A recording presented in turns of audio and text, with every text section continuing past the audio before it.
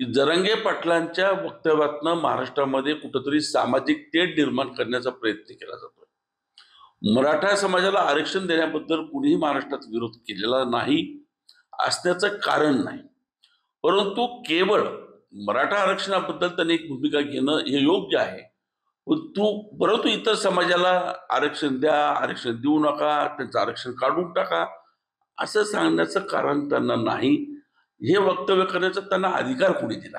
की अलीकडे त्यांना जे वाटतं की आपण लाखोचा समाज गोळा करतोय, सरकारला म्हणून ते ऐकावं लागतंय, ही कुठंतरी जरांगे पाटलांच्या मनामध्ये एक भावना झालेली दिसते। मी म्हणेल तो कायदा, मी सांगेल तेच न्याय, मी सांगेल तसंच सरकारने करावं, मीपणा हा कुठंतरी त्यातनं दिसतोय। उलट मराठा समाजातल्या शुद्ध लोकांना आपल्या माध्यमातून माझी विनंती आहे की एवढी मोठी चळवळ दिशाहीन होऊ नये।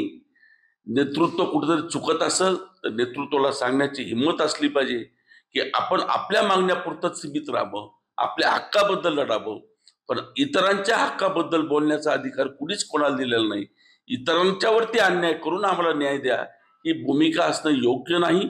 त्यांना त्यांच्या मागण्या मान्य व्हाव्यात, आमचं काही विरोध करायचं कारण नाही, पण आमच्या मागण्या तुमच्या मागण्या मान्य करण्यासाठी आमच्यावरती अन्याय करण्याची भूमिका असेल तर आम्ही कशी सहन करावी? आम्हालाही घटनेने दिलेले अधिकार आहेत। आणि म्हणून वंजारी समाजाच्या नेतृत्वाबद्दल कोणाबद्दल तुमच्या मनात काही भावना असेल, किंतु परंतु असेल, परंतु त्या निमित्तानं संपूर्ण समाजाला वेठीस धरता येणार नाही।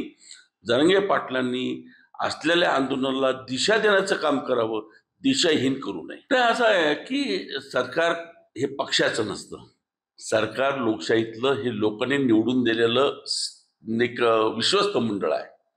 आणि कोणत्याही पक्षाचं सरकार असलं तरी ज्यावेळेस लोकांच्या संदर्भात प्रश्न उपस्थित होतात त्यावेळेस पक्षपाताची भूमिका न घेता त्या ठिकाणी लोकहिताची भूमिका घेतली पाहिजे।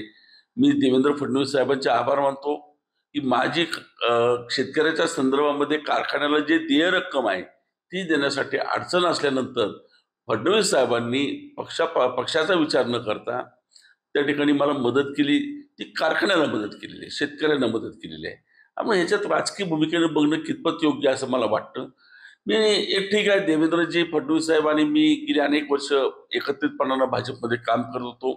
अहिल्यानगर जिल्ह्यामध्ये भारतीय जनता पक्षाचा अनेक वर्ष जिल्हाध्यक्ष म्हणून मी काम केलेलं आहे आणि या जिल्ह्यातल्या भारतीय जनता पक्षाच्या वाढीमध्ये त्यावेळेस माझं योगदान सगळ्यांना माहीत आहे।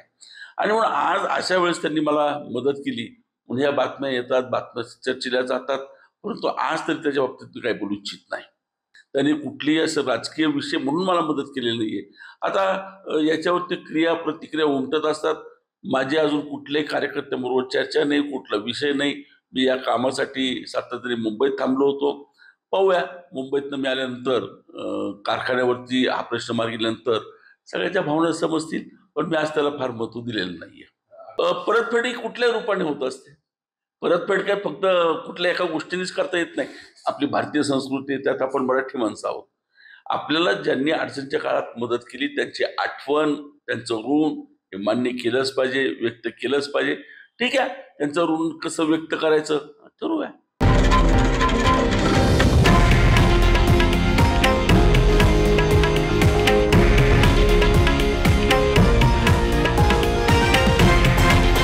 हे आहे देशातील नंबर 1 न्यूज नेटवर्क आणि आपण पाहत आहात TV9 मराठी, एकमेव।